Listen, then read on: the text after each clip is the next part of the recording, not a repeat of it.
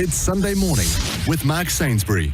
Time to have a look at efficient ways to run business, whether you're the boss or you're reporting to the boss. And the person who's our expert on all matters related to this is author, leadership coach, managing director, celebrity speaker, Harold Hillman. You're sounding like a star, Harold. Mark, you embarrass me.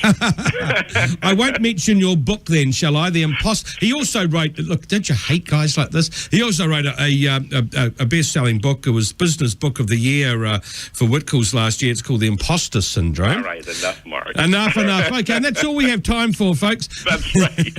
Harold, look, Yes. there's also, we hear all sorts of things, and, there's buzzwords and, stuff becomes popular.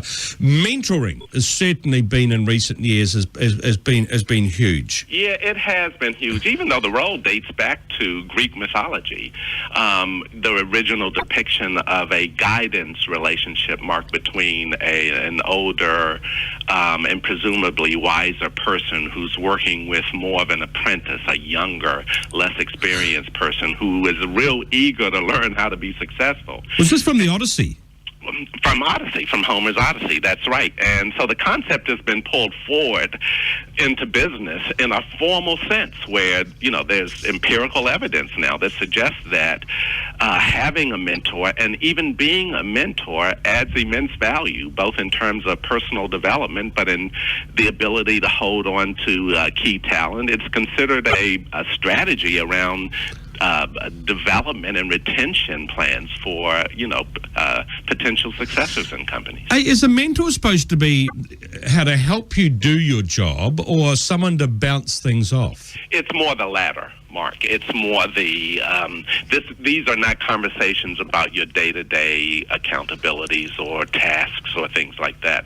A mentor's role is to pick your head up and focus it external and to get you thinking more long-term about your career and ways that you're going to have to stretch yourself in different affiliations, associations, those types of things that are going to make a difference in your career. Hey, do you pick a mentor, or does a mentor pick you? I have a mentor, Mark. I've been working with a woman in the U.S. Her name is Charlotte Roberts, and what a fantastic role she's played in my life. So what does she do for you, Harold? So I would say that was more informal. The informal mentoring, where it's more based on chemistry, common interests, and those types of things, tends to work a little bit better than when it's forced. Mentoring, and my example, my mentoring with Charlotte is a perfect example. So what does she do for you? Just helps me think ahead a bit. She's an author, so when I was writing The Imposter Syndrome, she helped me focus on the bigger picture of what I really wanted to project, the key message. So she didn't get down into the granular details around pulling it through from a pub. None of that. It was really more on what's the impact you want to have ultimately. And for someone who's working with a mentor, their role is really to get you focused on where you ultimately will have maximum impact. They can be very valuable and very influential. That's right. What if you pick a dud? Oh, I think it's worth a conversation. There are some companies who know the value of mentoring and maybe have overbaked it a little bit by forced mentoring. I believe that there is some value in a mentor being not in your chain of command and in some cases not even in your company.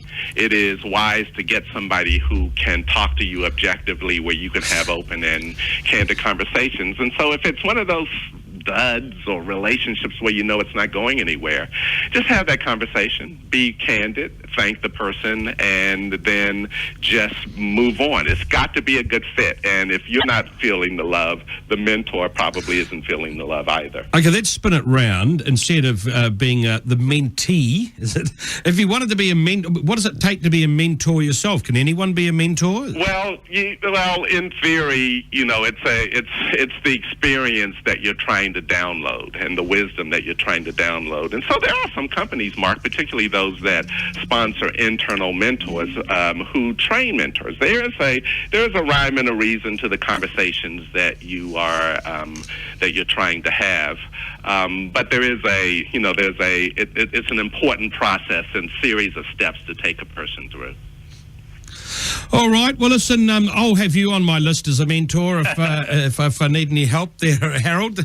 I reckon you'd be fantastic. I reckon you would make a great mentor. Well, you know what? I'll bet you are a mentor, Mark. You know, a lot of us are. A lot of your listeners, if they think about the kinds of conversations they have with people, less experienced people who just really seem to be benefiting from hearing their stories. Yeah. There's a lot of that goes around. Hey, well, listen, you have a great time, and don't forget, you can always check out Harold on www.sigmoidcurve.com, and we'll talk to him again next week.